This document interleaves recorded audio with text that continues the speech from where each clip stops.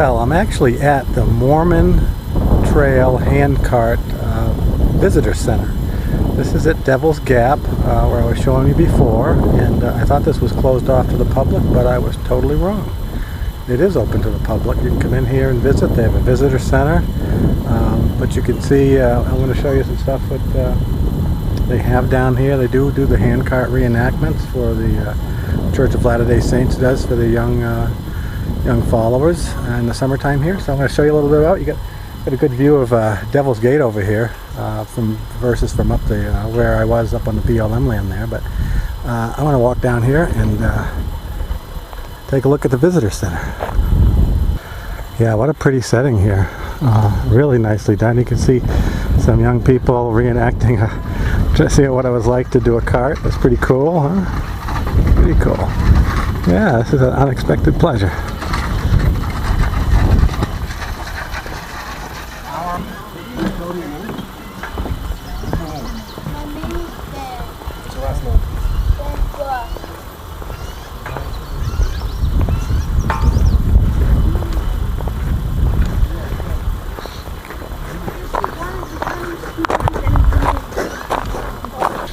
Prairie Park. It's got kind of these stone memorials.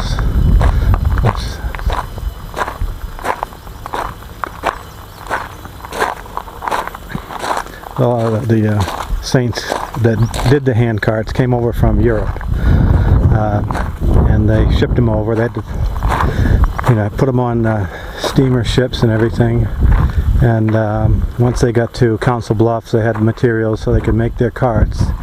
But like I said, what they did was tried to reduce expense by having them use carts, so they had to buy oxen, and the people were very dedicated and had a lot of persistence to come out here. But what a pretty spot, man. I can't get over how beautiful this is. The Martin Company was rescued. I was talking to one of the saints at the entrance here, and there was over 500 people in that handcart company. And I forget if they were like the second or third handcart company that came over. I mean, there was a lot of handcart companies that came in, and it was successful for most of what they did, because it kept going through the 1860s. But they were rescued. Brigham had found that the company didn't arrive, and so he sent rescuers from Salt Lake here. They were actually what they told me was they were on the other side of the gate. They said they were like 4 or 5 miles on the other side, and then they brought them down the trail when they were rescuing them through that little V over there on the hill, and kind of panning here. But then they brought them on the other side of that large rock out, kind of in there, called Martin's Cove, and that's why they've renamed this Martin's Cove, and that's where they were rescued. And then once they got through the winter, they brought them to Salt Lake. And what the lady told me was I think 76 people out of that company died here, spending the winter stuck here. This is the original Sun Ranch building that Tom Sawyer built when he bought this land and settled here. Kind of cool. The original building from 1872. Kind of cool. Wow.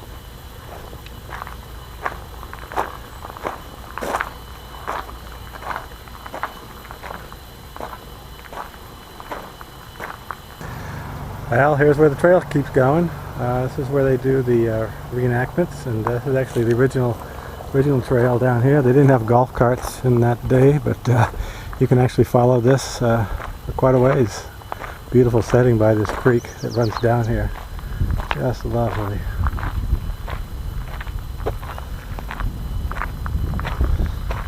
And look at the hand carts here. Got them lined up. As I mentioned, the people when I came in that welcomed us said they did have reenactments. They said I was welcome to come and grab a cart and try pushing it and seeing what it was like, but I don't need to do that.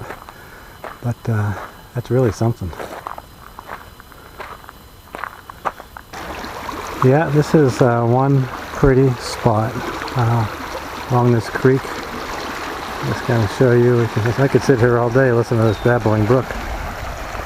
really pretty.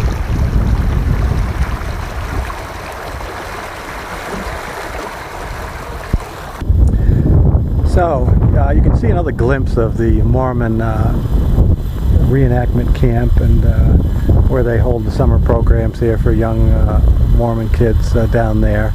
But the Mormon Trail headed up, followed that road essentially. What they've got there, that's kind of, they do enough reenactments.